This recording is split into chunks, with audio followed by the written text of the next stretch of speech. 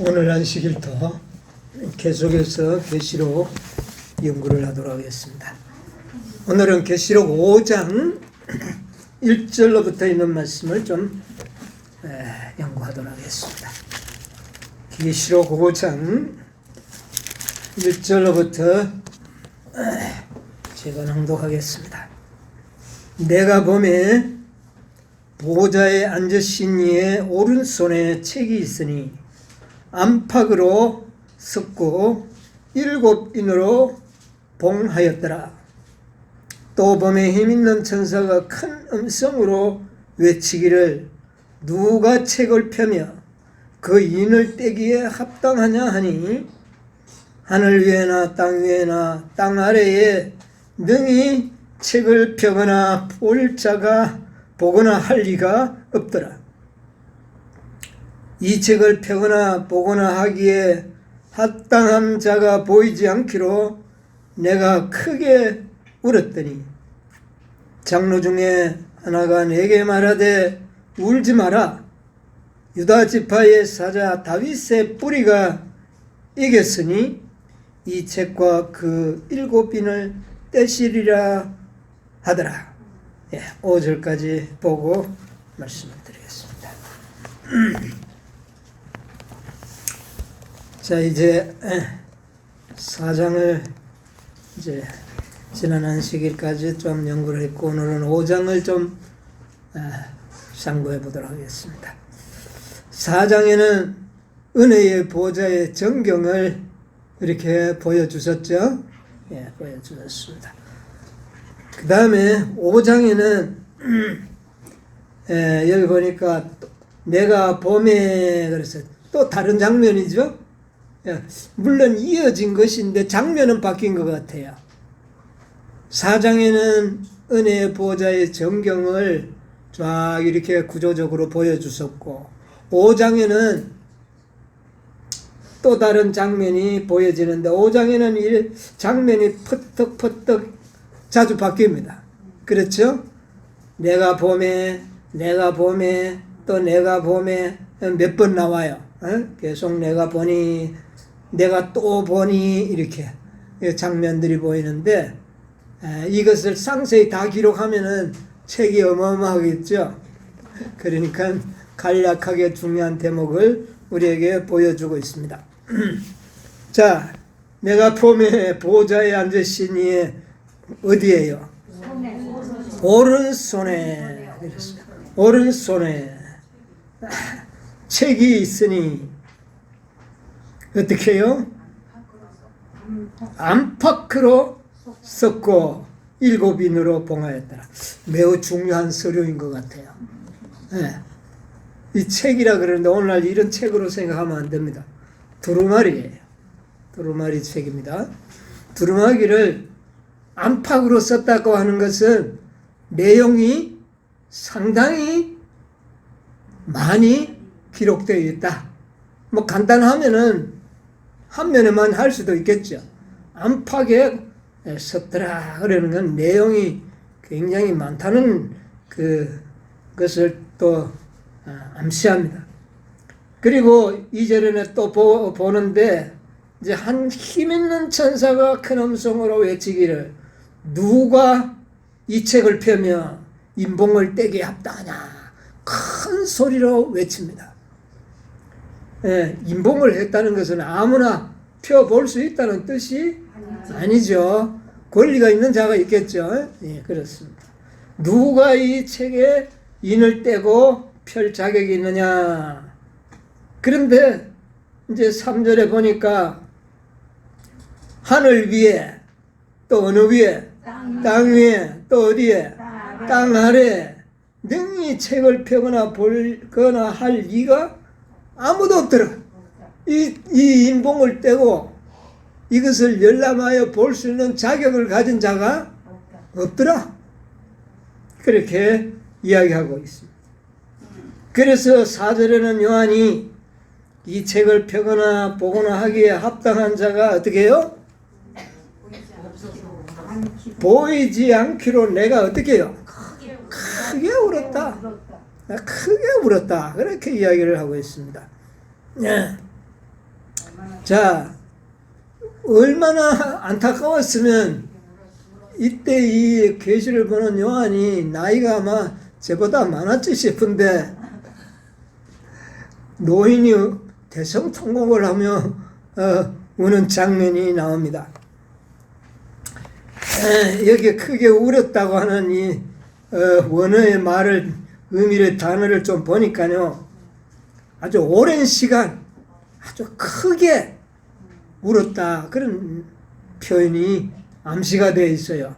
예, 뭐 금방 막 우는 게 아니고 아무도 보고 이 책의 내용을 펼 자가 없으니까 안타까운 나머지 그만 울기 시작했는데 큰 소리로 대성통곡하는 그런 모습을 암시하는 단어의 뜻을 볼 수가 있었습니다.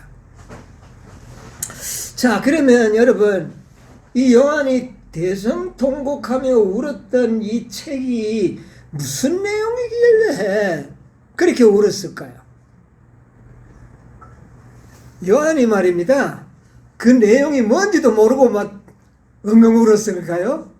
내용을 아니까 울려. 자세한 무엇은 모르지만 그 책에 어떤 내용이 기록됐다는 것을 알았기 때문에, 그 내용의 중요성을 알았기 때문에 대성통곡하며 우는 것이지, 뭐 그거 못 된다고 엉엉 우는 그런 울음이 아니라는 겁니다. 그러면 이 요한이 그렇게 중요하게 여겨서 대성통곡할 수밖에 없었던 그 내용은 우리에게도 어떻습니까? 중요하지 않겠어요? 매우 중요한 내용이 담겨 있었다 하는 것을 우리는 알 수가 있습니다. 이게 보통 이런 문서를 이렇게 인봉을 한다는 것은 굉장히 중요한 문서를 보관할 때 사용하는 방법이거든. 여러분은 집에도 중요한 문서는 아주 장롱 깊게 넣어놓든지 잘 보관을 잘 하죠. 어떤 문서가 여러분 집에 귀중합니까? 여러분 집에는 집문서, 또 땅문서. 옛날에도 참 이 땅문서 하나만큼은 아들도 손도 못 대는 장소에 어른들이 깊이 보관해 놓고 이렇게 보관했던 것을 여러분 기억할 겁니다. 자, 그러면 하나님께서 7인으로 봉함해 놓고 이거는 반드시 어떤 자격 있는 자만 떼도록 해놨다면 이 내용도 집문서나 땅문서 이상으로 어때요?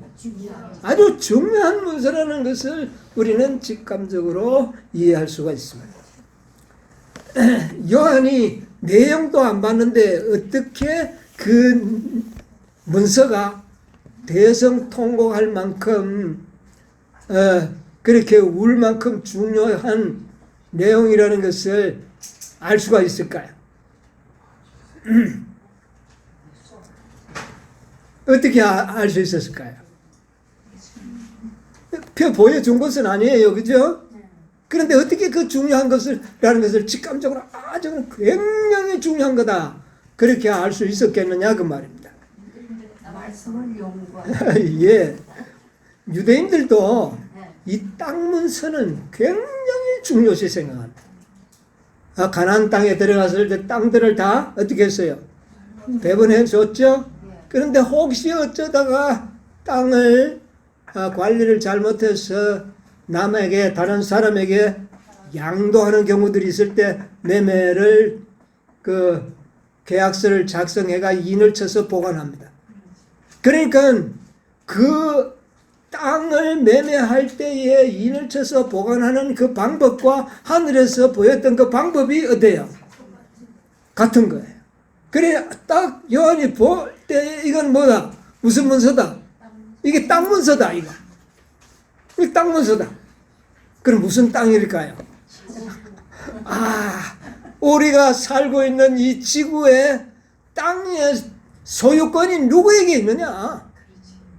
이 땅이 지금 과연 누구의 소유로 지금 등기가 되어 있느냐? 이 문제인데 열어봐야 알 거 아닙니까?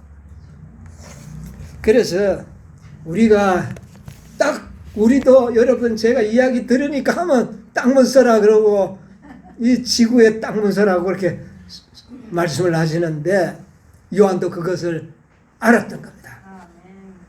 여러분 이 유대인의 이 문서, 이 땅 문서는요, 이 토지제도는 사실은 구속의 경륜을 잘 설명하는 제도입니다. 그래서 우리는 이런 것을 좀 알 필요가 있어요. 우리 예레미야에서 여러분 전에 한 번씩 다 찾아보셨죠? 예레미야가 이 나라가 이스라엘 나라가 유대 나라가 멸망할 즈음에 포로가 되어 잡혀가고 할 그때에 자기 사촌이 와가지고 우리 집 땅 사라 그래가지고 그 땅 산 기록 여러분 아시죠? 예. 그래서 예레미야가 어떤 바보가 나라가 다 망해가지고 이제 다 포로로 잡혀가는데 그 땅 덩어리가 뭔 소용이 있겠어요? 그런데 사촌 형제가 와가지고 나가 도무지 형편이 어려워서 안 돼서 땅을 팔아야 되겠는데 예레미야 선지자 당신은 내 기어 물을 자가 아니냐, 친족이 아니냐, 가장 가까운 친족이니까 네가 사라. 네가 안 사면 난 다른 사람한테 팔겠다. 이렇게 될 때 예레미야가 사게 되는 겁니다. 은을 달아주고 17세계를 달아주고 샀다. 이런 이제 역사가 있습니다. 그때 예레미야가 그 땅 문서를 두 부를 작성하고 하나는 개봉된 채로 두고 하나는 인후를 쳐가지고 토기에 서기관에게 보관하도록 그렇게 한 겁니다. 자, 그런데 이 보관된 이 토지 문서는 아무나 볼 수가 없어요. 반드시 위임된 그 증인들 앞에서만이 그 땅을 샀다고 하는 소유권자만이 증인들 보는 앞에서 이것을 이제 개봉할 수가 있는 겁니다. 아무나 볼 수가 없어요. 이런 것들을 잘 알고 있던 요한이 그것은 분명히 토지 문서의 어떤 놀라운 계약서라는 것을 알 수가 있었죠. 그래서 사실은 이 7인으로 봉함된 이 문서는 이 지구의 소유권에 관련된 문서였다. 여기에 그런 말은 없는데 이제 연구해 보면 확실하게 드러납니다. 여러분 우리 시편 115편 16절에 뭐라고 이야기하고 있습니까? 시편 115편 16절에 하늘은 여호와의 하늘이라도 땅은 인생에게 주셨구나. 하늘은 여호와의 것이지만 땅은 누구의 것이다? 인생의 사람에게. 땅은 소유 경작권이나 통치권이 누구에게 있었어요? 아담 그리고 사람에게 있었어요. 그런데 이 소유권이 어떻게 되어버렸습니까? 사단에게 넘겨줘 버리면 뭐 강제로 뺏어간 건 아니고 넘겨줘 버렸죠. 그러니까 지금 이 땅의 소유권이라든가 영구 소유권은 아니지만 통치권, 경작권은 누구에게 있는 겁니까? 마귀에 있어요. 자, 그런데 이 계약 거기에 관련된 계약 문서가 내용이 있을까요, 없을까요? 있죠. 우리 성경에는 제대로 기록이 안 되어 있지만 분명히 거기는 뭔가 작성이 되어 있을 겁니다. 여러분 우리가 교회증은 266쪽에 보면은요 이런 말씀이 있어요. 요한계시록 5장을 자세하게 연구할 필요가 있다. 근데 5장이 깁니까 짧습니까? 내용은요 아주 짧죠. 그런데 자세하게 연구하라. 짧은 글이지만 내용은 짧지가 않아요. 그 내용은 아주 그 성경 말씀은 짧은 글이에요. 그러나 두루마리에 기록되어 있는 그 내용은 굉장히 많은 내용이 들어있다는 겁니다. 그러므로 자세하게 연구할 필요가 있다. 이것은 이 마지막 날에 하나님의 사업의 한 몫을 담당할 자들에게 매우 중요한 내용이다. 그러니까 자세히 연구해야 되겠어요. 근데 자세히 연구하려니까 글이 짧아. 그렇죠? 자세하게 기록이 안 돼 있어요. 그런데 자세히 연구하라 그랬어. 그럼 자세히 연구하면은 깨달을 수가 있다. 그 말입니다. 자, 우리가 이 땅에 원래의 이 통치권은 사람이 가지고 있었습니다. 그런데 분명히 우리는 이 통치권이 누구에게 넘어갔어요? 사단에게 넘겨줘 버렸어요. 그러면 이 소유권이 지금 사단에게 있는 건지 누구에게, 아담에게 있는지 여러분 누구에게 있는 것 같아요 이제는? 이 소유권이. 이게 지금 이거 열어보기 전에는 모르잖아요 여러분. 이거 열어봐야 이 지구의 소유권, 통치권, 경작권이 누구에 있는지 아는 겁니다. 그런데 그걸 열 자가 없으니까 요한이 어떻게 해요? 대성통곡할 수밖에 없지 않습니까?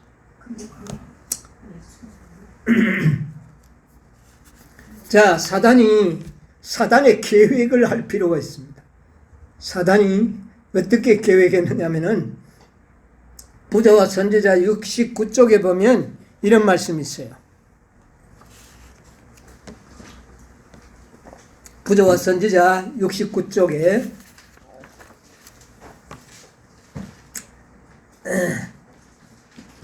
사단은 하늘에서 추방되었을 때 사단은 하늘에서 추방되었을 때 이 지구를 그의 나라로 삼으려고 단호히 결심하였다. 아담과 하와를 유혹하여 그들을 정복하였을 때 그는 이 세상이 그의 소유물이 되었다고 생각하였다. 왜냐하면 아담과 하와가 나를 그들의 통치자로 선택하였기 때문이다 라고 그는 말하였다. 그는 죄인을 용서하는 것은 불가능하므로 타락한 인류는 그의 합법적 특성이며 이 세상은 자신의 소유라고 주장하였다. 사단은 뭐라고 지금 주장하고 있습니까? 이 지상의 통치권은 누구에게 있다? 나에게 있다.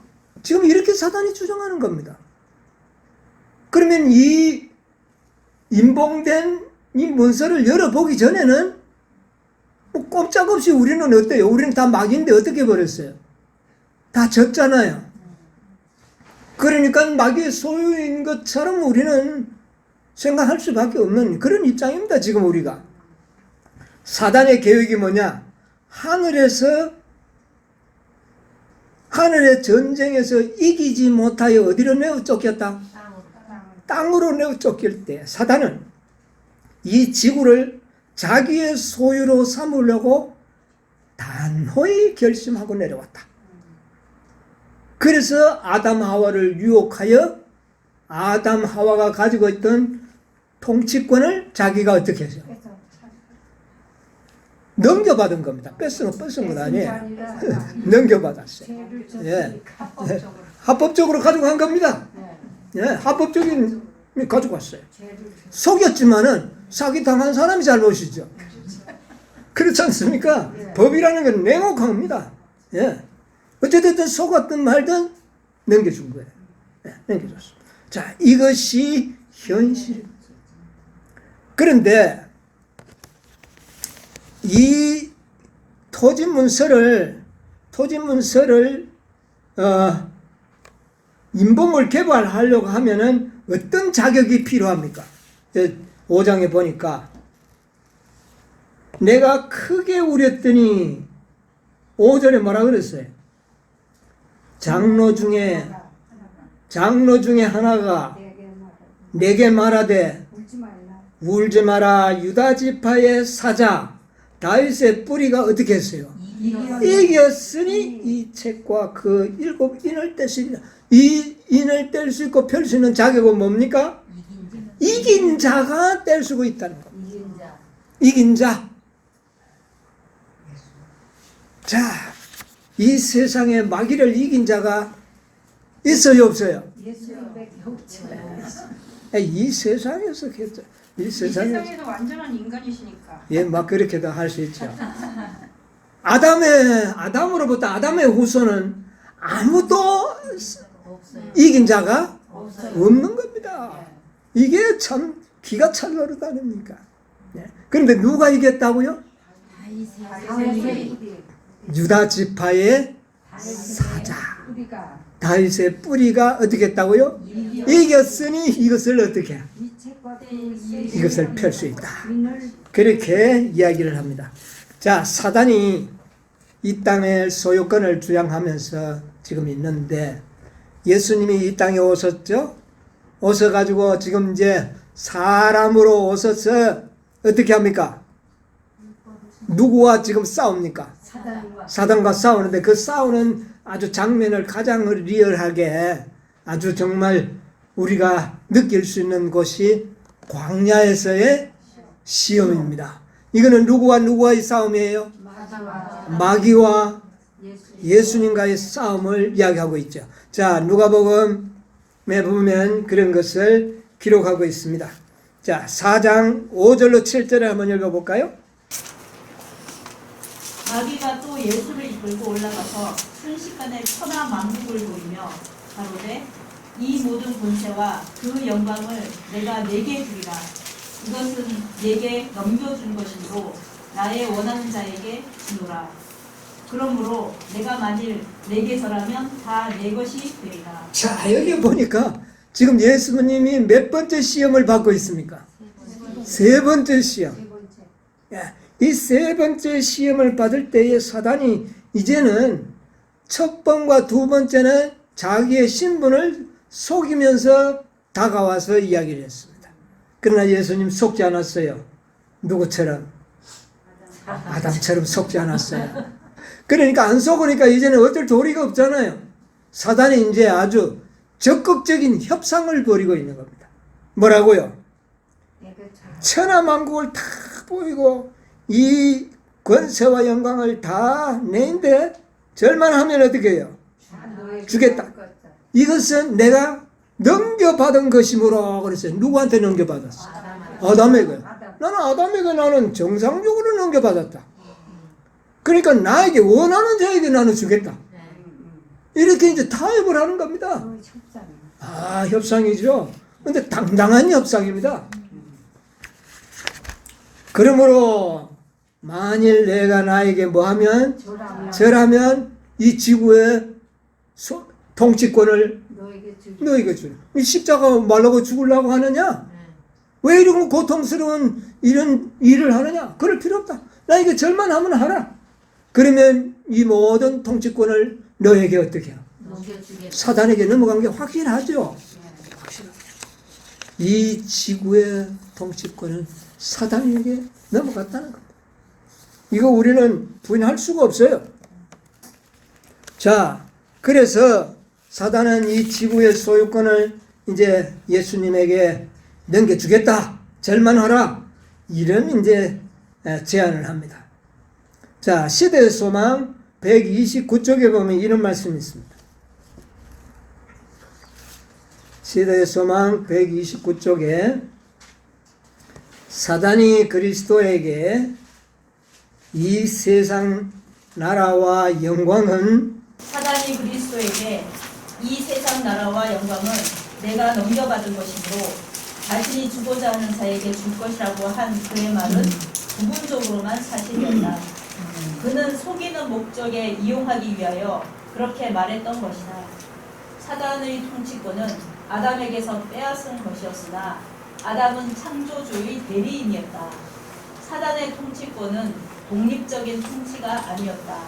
이 땅은 하나님의 소유요 그분은 만물을 당신의 아들에게 맡기셨다. 아담은 그리스도의 지배 아래서 통치해야 할 것이었다. 아담이 속아서 자기의 통치권을 사단의 손에 넘겨주었을 때에도 그리스도는 여전히 합법적인 왕이셨다. 자, 이 땅의 소유권, 진짜 소유권은 누가 가지고 있어요? 예수님이 가지고 있죠. 그런데 통치권은 누가 가지고 있었어요? 아담이 가지고 있었던 겁니다. 근데 그 통치권을 누구에게 넘겨줬어요? 사단이 넘겨준 겁니다. 그러면 땅은 예수님의 소유권이지만 통치권은 사단이 가지고 있으니 땅 주인이 할 일이 없잖아요. 이건 아담으로부터 합법적으로 속여서 넘겨받았기 때문에 이런 상태라고 말입니다. 우리가 이것을 분명히 알 필요가 있죠. 그래서 여러분 레위기 25장에 보면 23절에 보면 무슨 말씀이 있느냐 하면은 레위기 25장 23절에 보면 토지를 어떻게 해요?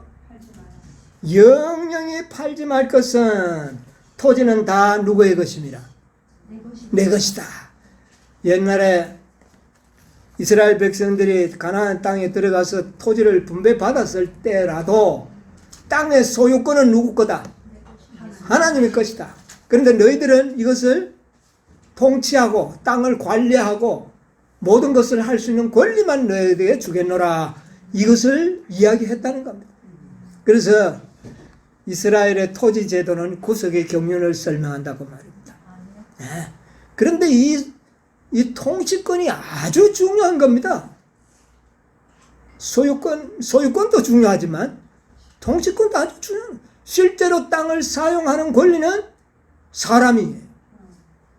근데 그 권리를 누가 가져갔어요? 사단이 가져갔어요.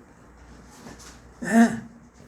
자, 그래서 땅은 팔지 말라고 했는데도 불구하고 이스라엘 백성들이 땅을 매매를 했습니다. 그런데 그 매매는 땅 소유권이 아니라 통치권, 사용권, 경작권을 파는 겁니다. 그런데 그게 땅 매매하는 거나 거의 비슷한 권리가 있어요. 왜? 그거 땅 주인이 누구 거든 내가 계속 쓰면 누구 거니까요.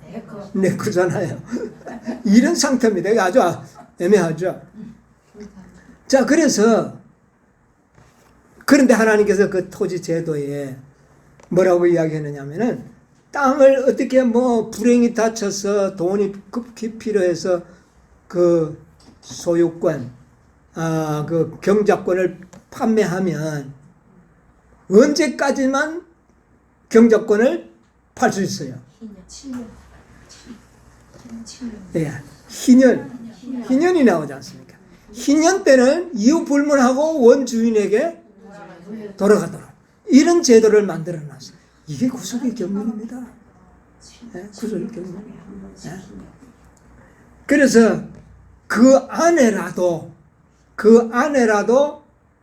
기업 물을 자가 나타나서 땅을 도로 언제든지 사고 싶으면 도로 살 수가 있다. 그 이야기가 이제 룻기서에 나오잖아요. 룻기서에 보면 그 나오미의 아들들의 그 땅을 다 팔아버렸잖아요. 경작권을. 그런데 그 땅 물을 자가 누구냐 하면은 친족이어야 하는데 누구죠? 그게 보아스예요. 보아스는 두 번째로 그 땅을 물을 수 있는 권리를 가진 자예요. 그런데 첫 번째 사람이 그걸 안 물으니까 보아스가 자기가 그 권리를 가져서 그 땅을 사가지고 누구한테요? 나오미에게 되돌려주는 겁니다. 이것이 이제 룻기서의 기록이고 역사입니다. 참 이게 중요하죠. 그래서 기업을 물을 자를 뭐라고 이야기하냐면 구속자라는 칭호가 주어집니다. 자, 예수님이 우리를 구속하시고 그랬죠. 그것은 다른 말로 말하면 기업 물을 자 그 말입니다. 그래서 기업 물을 자를 갖다가 원어에는 고엘이라고 이야기합니다. 고엘, 구속자. 그래서 예수님은 우리의 기업을 물을 자, 물을 자가 되시는 거죠. 자, 그래서 25장 25절에 레위기서에 보면은 뭐라고 이야기했느냐면은 만일 너희가 형제가 가난하여 그 기업 얼마를 팔았으면 그 금족이 와서 동족에 판 것을 물을 것이요. 그런데 요즘 사람 같으면 누가 물으겠습니까? 그렇죠? 누가 내 돈 들여가지고 우리 친족들 땅을 다시 물어가지고 돌려주겠어요. 그럼 자기는 뭐인데요? 손해인데. 그게 희생이라는 겁니다. 그게 구속의 원리가 거기 있어요. 아무런 자기는 그렇게 희생을 할 굉장히 억울하잖아요. 그렇지만 그렇게 하는 겁니다. 그게 희생이에요. 여러분, 구속은 희생입니다. 그렇죠. 하나님의 무한한 희생의 구속이 이게 그래서 이스라엘의 토지제도는 구속의 경륜을 설명하는 거예요. 요즘 사람 어떠면 아무도 그런 짓을 안 할 거예요. 요즘은 만약에 그게 적용이 되면 얼마나 그러면 사람들이 요즘 사람 같으면 어떻게 할까요? 어떻게 해든지 그거 안 물어주려고 뺑뺑이 치지 않을 겁니까? 그러나 이스라엘 시대는 그렇게 하는 것을 굉장한 특권으로 여기고 그렇게 했던 겁니다. 그래서 기업 물을 자들은 하나님께서 또 축복해 주시고 이런 여러 가지가 나타났죠. 자, 어쨌든 이게 이제 이스라엘 나라의 토지 제도가 이렇게 나타났고, 만약에 이 땅을 팔았다면, 기업을 팔았다면 토지 문서를 작성을 하고 인을 치고 봉함했다 그 말입니다. 그런데 그 문서를 하늘에 딱 7인으로 봉한 걸 보니까 요한이 이거는 무슨 문서다? 땅 문서구나. 이 지구의 소유권에 관한 문제구나 하는 것을 어떻게 해요? 딱 알아챈 겁니다. 그런데 펼자가 없으니 얼마나 기가 차겠습니까? 어떤 자가 펼 수 있다고요?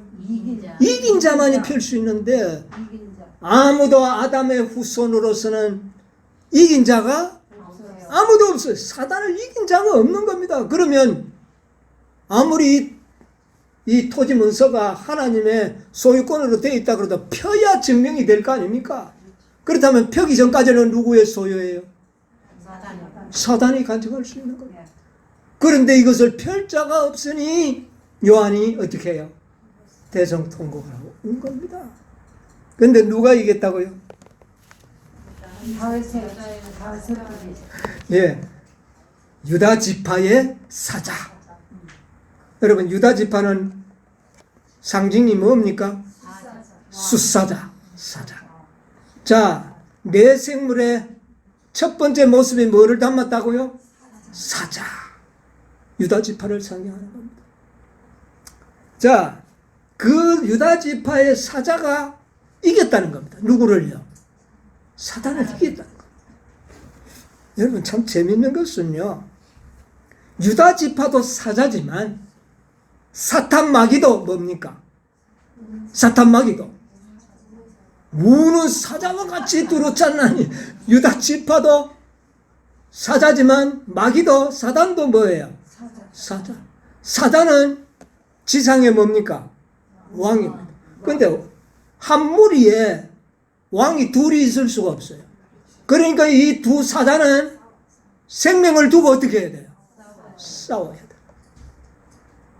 예수님은 유다 지파의 사자로 이 땅에 와서 이 지상에 어르렁거리면서 돌아다니는 이 마귀 사탄과 싸우기 위해서 이겨서 이 지상에 뭐가 되는 겁니까? 왕이 되는 겁니다. 예, 사자는 지상의 왕이잖아요. 이 땅의 왕이 되려고 하는 거예요. 통치권을 다시 사단으로부터 빼앗기 위해서 왔다 그 말입니다. 그래서 이 내 생물은 그런 것을 가리키는 거예요. 이제 4장과 5장이 연결되면서 이제 이런 것들을 발견하게 되는 겁니다. 자, 이 유다 지파의 사자와 사단 마귀의 사자가 이제 어떻게 해요? 왕권을 두고 지구의 통치권을 두고 어떻게 해요? 한판 승부를 가려야 되는 것이 구속의 경륜이다. 이런 내용이 두루마리 속에 적혀져 있는 겁니다. 그런데 펴지 않으니까 모르죠. 그런데 우리는 이것을 누가 펴줬어요? 예수님이 인을 떼고 인봉을 떼고 보여줬기 때문에 우리가 이런 내용을 알게 되는 겁니다. 일반 개신교회들은 이거 몰라요. 그들은 계시록이 봉인된 책이 아직도. 자, 그래서 계시록 5장 6절을 보세요.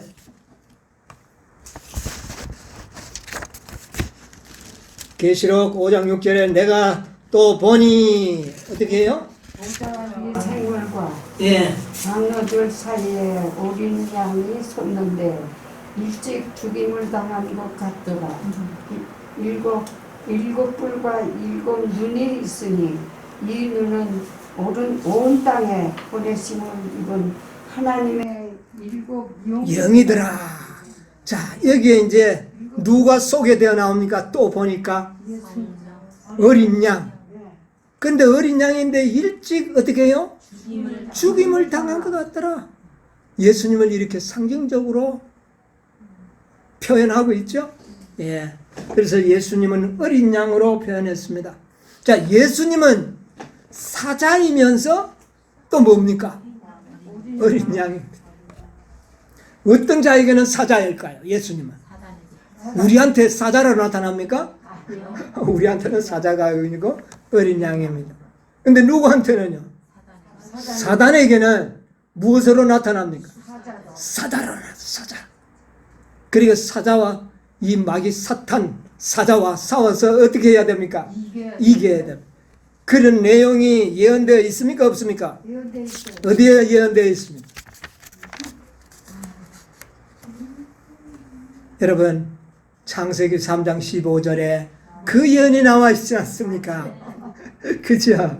여자의 후손은 내 머리를 상하게 할 것이요 내 후손은 여자의 후손의 머리를요 달 것. 싸웠는데 예수님은 사자 머리를 부숴버렸는데 이 마귀 사자는 누구를요? 예수님의 이 뒷발의 발꿈치만 조금 깨버렸을 뿐이다. 이제 그 말입니다. 이게 두루마리 속에 다 암시되어서 구석의 경륜이 이제 술술술술술 풀려나가는 겁니다. 사도행적 589쪽에 보면은요 이런 말씀이 있습니다.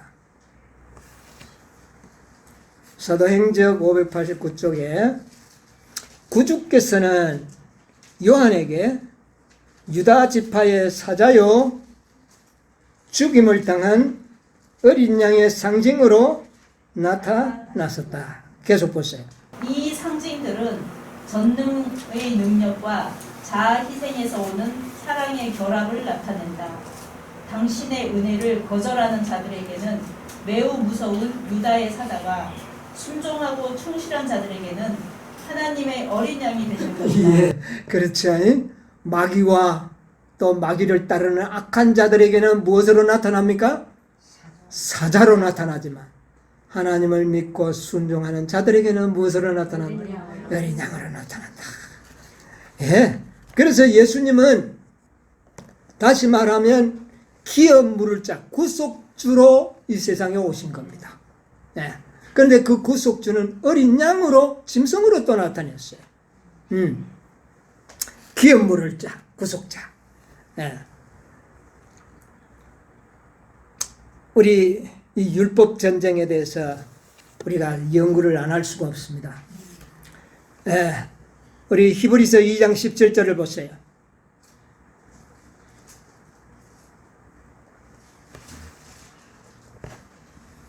이 장 17절에 보면 그가 모든 일에 마땅히 자기 자격과 그러므로 너가 범사의 형제들과 같이 계심이 마땅하도다.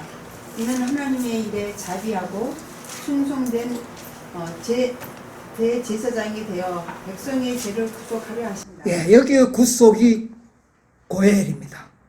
그러니까 기업 물을 자라는 말입니다. 기업 물을 자라는 말이나 구속이라는 말이 원어에는 같은 단어를 쓰고 있다. 그러니까 예수님은 구속자가 되기 위하여 누구로 태어나야 된다고요? 친족으로, 혈족으로 태어나야 합니다. 혈족. 남은 사줄 수가 없어요. 반드시 근족이라 해야 됩니다. 근족. 그래서 예수님은 한결같이 범사에 누구와 같이 되니? 사람과 같이 되어야 우리의 뭐가 될 수 있는 겁니까? 기업을 물을 수 있는 친족이 되는 겁니다. 피를 나누었다는 말이 아닙니까? 그죠? 근족이라는 것은 예수님은 우리와 동일한 피를 나눔으로 혈족이 되심으로 기업 물을 자, 곧 구속자가 되셨다. 대제사장도 마찬가지입니다. 대제사장은 반드시 혈족이어야 합니다. 기업 물을 자.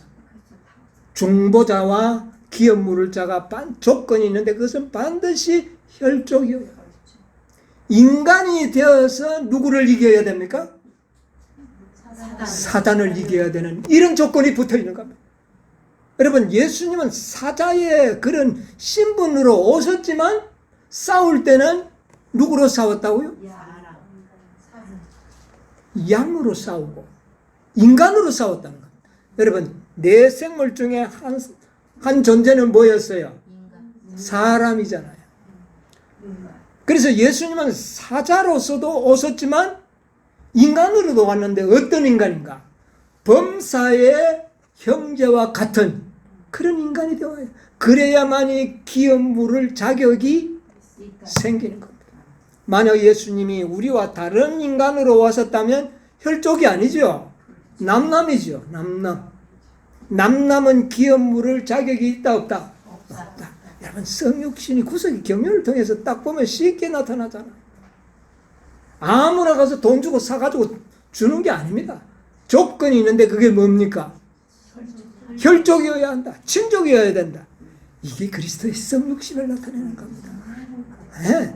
성육신을 구속의 경륜으로 보면 논쟁할 여지가 없는 겁니다. 우리가 동일해야 돼요. 근족이라야 돼요. 최소한도 사촌이 되어야 되는 거고 육촌이 되거나 근족이 되어야 되는 거예요. 남남은 사줄 수가 없는 겁니다. 그러므로 예수님은 우리와 동일한 뭐였다? 사람이었다. 아담의 육신으로 왔느니 이건 남남이죠. 우리하고는. 그렇죠? 반드시 우리와 동일한 사람이어야 한다. 네. 참 구속의 경륜을 하면 모든 진리가 선명하게 이렇게 나타나 버리는 겁니다. 뭐 논쟁의 여지가 없어요. 자, 그래서 예수님은 사람으로 오셔서 사자로에서 신분은 사자인데 실제 싸울 때는 어린 양이요 사람이라. 사단과 싸움이 쉽지가, 이기는 일이 쉽지가 않다. 예, 사자하고 사람이 싸우면 누가 이길 거예요? 사실 사자가 이겨야 되죠. 예. 그런데 누가 이겼어요? 다윗이 뭐를 싸워서 이겼다고요? 골리앗과도 싸우고 양 먹일 때 사자의 깃털을 잡고 막 싸우고 이겼다 그랬잖아요. 상징입니다. 표상입니다. 이겼어요. 자, 그래서 예수님은 인성을 가지고 이 땅에 오실 것을 분명하게 여기에 설명하고 있습니다. 그런데 이 싸움이 무슨 싸움이냐 그 말이에요. 이제 분명히 싸우기는 싸웠는데 이 소유권을 되돌려 받기 위한 싸움을 싸웠거든요. 이 싸움은 어떤 싸움이냐? 구속의 경륜을 우리가 알아야 되는 겁니다. 그래서 이 두루마리가 안팎으로 쓰여질 수밖에 없었다고. 여러분 보세요. 성경만 해도 구원을 받을 수가 있고 다 들어있는데 또 뭐가 또 주어졌습니까? 연애신이 주어졌죠. 이 연애신의 주된 내용은 뭡니까? 연애신의 주된 내용 대쟁투입니다. 선악의 대쟁, 구속의 경륜이에요. 그 내용이 두루마리에 적혀있는 내용이라 그렇게 보면 되는 겁니다. 이 싸움에서 승리해야지만 이 소유권을 찾을 수가 있어요. 그것은 구속의 경륜을 알아야 되는 거예요. 네, 이것이 매우 중요하죠. 자, 그래서 우리가 시간이 없기 때문에 이 내용은 아주 길지만은 5장은 굉장히 짧게 나타났잖아요. 그래서 오늘 제가 짧게 설명하는 겁니다. 내용은 엄청나게 긴 내용. 그러나 오늘 1시간 동안에 이 모든 내용을 제가 지금 설명을 하는 겁니다. 자, 어떤 싸움이라고요? 이게 무슨 싸움이냐 그 말이에요. 자, 계시록 12장 7절로 9절에 무슨 말씀이 나옵니까? 이겼다고 하는 표현 속에는 싸움이 있었다는 걸 전제로 하고 있거든요. 하늘의 전쟁의 신 미가엘과 그의 좌다들이 용으로 더불어 싸울세 용과 그 좌다들도 싸우나 이기지 못하여 다시 하늘에도 저의 있을 곳을 얻지 자, 여기 보면 하늘에서 뭐가 있었다고요? 전쟁이 있었는데 누가 이겼다고요? 미가엘이 이겼다고 이야기를 하고 있어요. 예수님이 그래서 이 땅에 쫓겨 내려왔는데 그 싸움은 이 지구에서 또 두 번째 싸움이 할 수밖에 없는 여건이 됐어요. 왜? 이 지구의 통치권을 누가 가져갔으니까요. 사단이 가져갔어요. 이것을 되찾기 위하여 예수님은 이 땅에 사람으로 오실 수밖에 없었다. 그런데 그 싸움이 뭐냐? 하늘에서 싸우면 무엇이고 땅에서의 싸움은 뭐냐? 그 전쟁의 중심의 주제가 뭐냐 그 말이에요. 여러분, 부조와 선지자 69쪽에 보면 이런 말씀이 있죠. 네, 69쪽. 예. 최초부터 하나님의 율법에 관한 것이었다. 사단은 하나님이 불공평하시며 그분의 율법에 결함이 있고 우주의 행복을 위하여 그것을 변경해야 할 필요가 있다는 것을 증명하려고 애써왔다. 율법을 공격함으로 그는 그 율법의 제정자의 권위를 뒤집어 엎으려고 율법을 만드신 자의 권위를 뒤집어 엎으려 하였다. 이것은 혁명이죠. 하늘에서 혁명, 반란을 일으키는 겁니다. 그런데 그 반란의 주제가 뭐라고요? 율법이에요. 율법을 바꾸는 것이었어요. 만약에 그 율법 전쟁이 아니고 물리적인 전쟁이라면 사단과 하나님과의 전쟁이 싸움이 되나요? 자, 예수님과 사단이 싸움이 되나요? 안 되나요? 왜요? 예수님은 창조주고 그 다음에 사단은 피조물이고 네, 싸움이 안 돼요.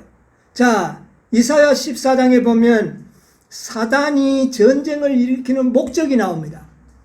자신의 보좌를 누구처럼 높이려고요?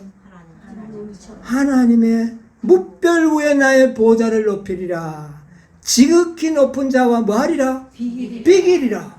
창조주와 피조물이 동등할 수 있나요? 동등할 수도 없고 싸워서 이길 수도 없어요. 그런데 어떻게 싸움이 돼요? 왜 싸움을 거느냐 말이에요. 그만큼 사단이 어리석었냐 그 말이에요. 사단이 어리석습니까? 그게 바로 하나님과 동등될 수 있는 방법, 그리고 싸울 수 있는 방법이 뭐냐면은 그게 율법 전쟁이라는 겁니다. 자, 우리가 이것을 잘 알아야 되는 겁니다. 자, 보세요.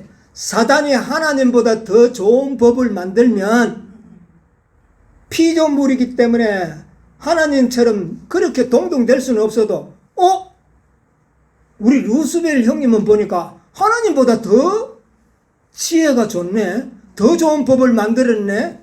이렇게 되면 누구와 동등될 수 있어요? 하나님과 동등돼요. 이야, 루스벨은 하나님 같다. 그래서 하나님과 동등될 수가 있는 겁니다. 무슨 말인지 이해하십니까? 그래서 하나님의 율법의 트집을 잡는 겁니다. 그래서 하나님의 율법의 트집만 나타나면 어떻게 돼요? 자기가 하나님과 같이 존경을 받을 수가 있는, 경배를 받을 수 있는 자격이 생기는 거예요. 이게 놀라운 이야기입니다. 이런 내용들이요, 이 두루마리 속에 다 기록이 되어 있었어요. 구속기 경륜이 기록되어 있었다.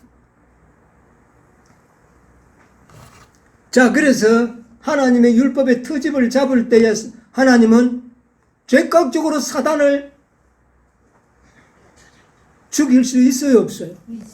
그런데 왜 안 죽였어요? 자, 하나님의 율법보다 내 율법을 더 좋게 만들 것이다. 하나님의 율법은 결함이 있다 이런데 죽여버리면 모든 천사와 거민들이 뭐라 그러겠어요? 하나님 무섭다. 독재자다. 그러면 하나님이 뭐가 되느냐면은 독재자가 되는 거예요. 그러면 사단이 말이 옳은 거예요. 하나님의 독재자라는 거예요. 그래서 하나님은 사단을 즉시 죽일 수가 없고 그의 교만과 그의 잘못이 드러날 때까지 그를 생존하도록 나타나고 그가 얼마나 악한 자인 것이 나타나도록 시간을 준 것이 구속의 경륜이에요. 하나님께서 참 인내하시고 참으신 겁니다.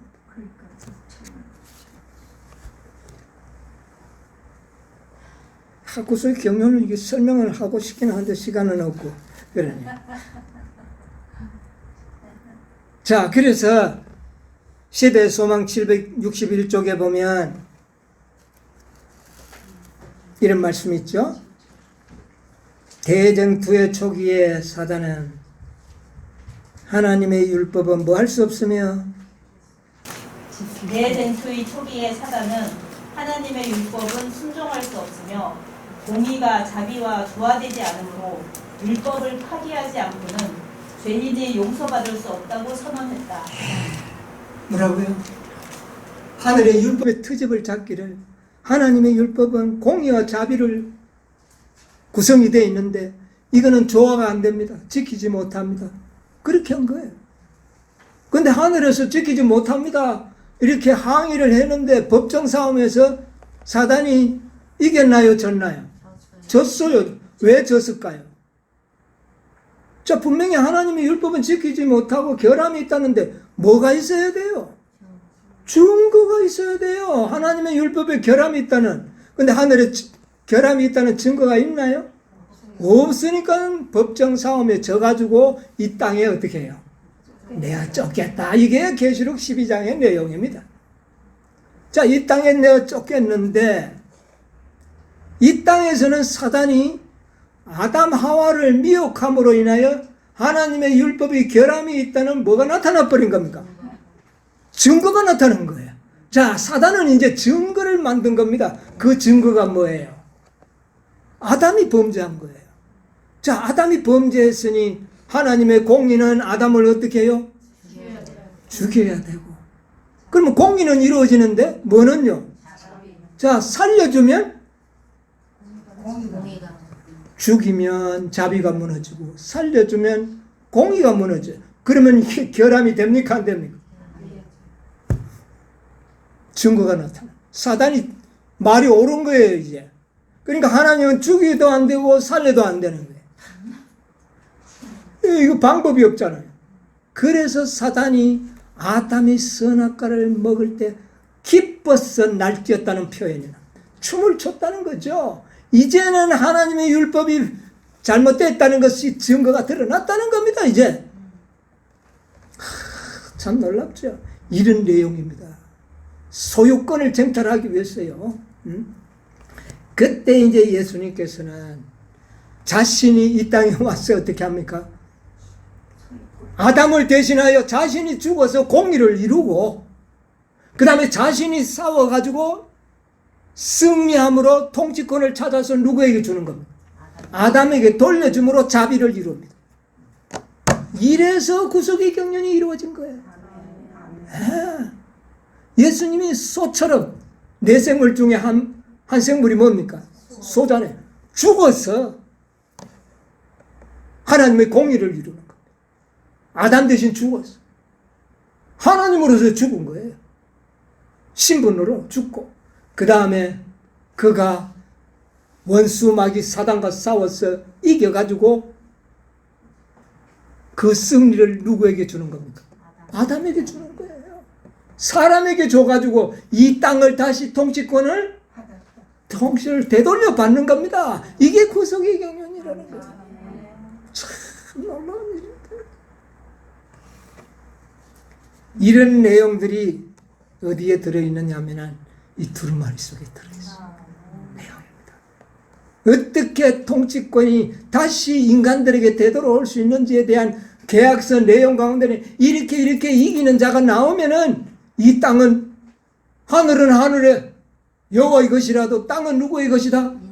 인생의 것이라 그랬는데 이렇게 하는데 아담의 후손은 아무도 이기지 못했는데 예수님이 혈육이 되어 오셔서 사람으로서 이겨가지고 이 두루마리를 어떻게 해요?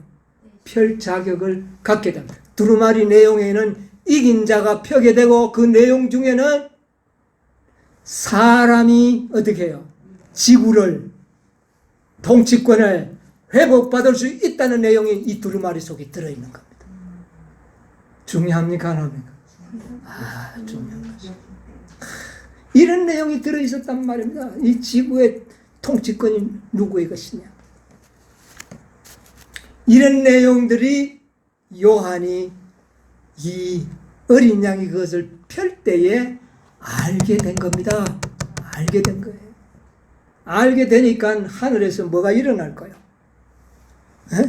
환호성이 일어나야 됩니까? 안 일어나야 됩니까? 일어나야 되죠. 일어나야 되죠. 자, 그것이 5장에 기록이 되어 있다 이거 말입니다. 오늘 이제 5장을 이제 마쳐야 되겠습니다. 자, 보세요. 계시록 5장 9절로 10절 한번 읽어봅시다. 새 노래를 노래하여 하는데 책을 가지시고 그 인봉을 떼기에 합당하시도다.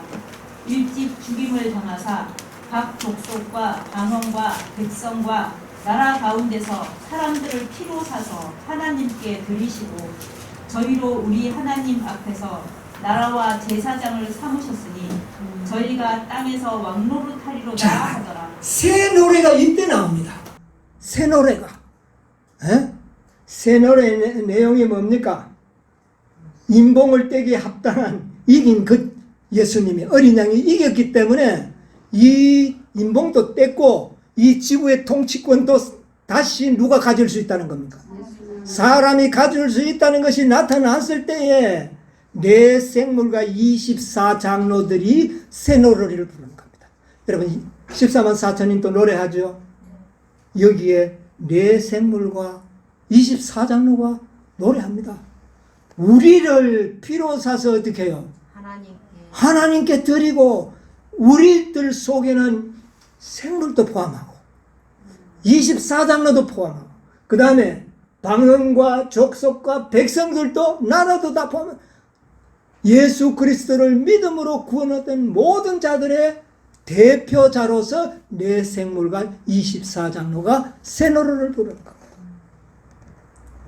거창한 노래가 되지 않겠습니까? 그래서 이것은 이제까지 부르지 않던 새로운 노래예요. 이것은 24장로와 내 생물이 부르는 노래입니다. 자, 그 다음에는 두 번째는 누가 가담을 하느냐 하면은 11절로 12절 보세요.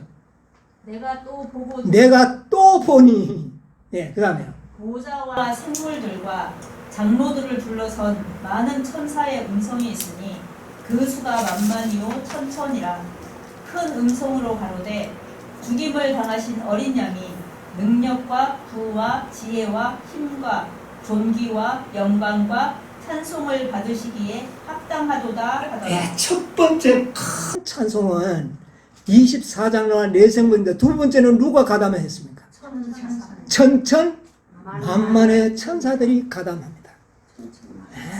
천천만만의 천사들이 해서 죽임을 당하신 어린 양이 능력과 부와 지혜와 힘과 존귀와 영광과 찬송을 받으시기에 어떻게 해요? 합당하다. 이런 노래를 부르는 겁니다. 천사들이 가담했어요. 그 다음에 세 번째는요. 내가 또 들으니 하늘 위에와 땅 아래와 바다 위에와 또 그 가운데 모든 만물이 가로되 보좌에 앉으신 이와 어린 양에게 찬송과 존귀와 영광과 능력을 세세토록 돌릴지어다 하니. 참여합니까?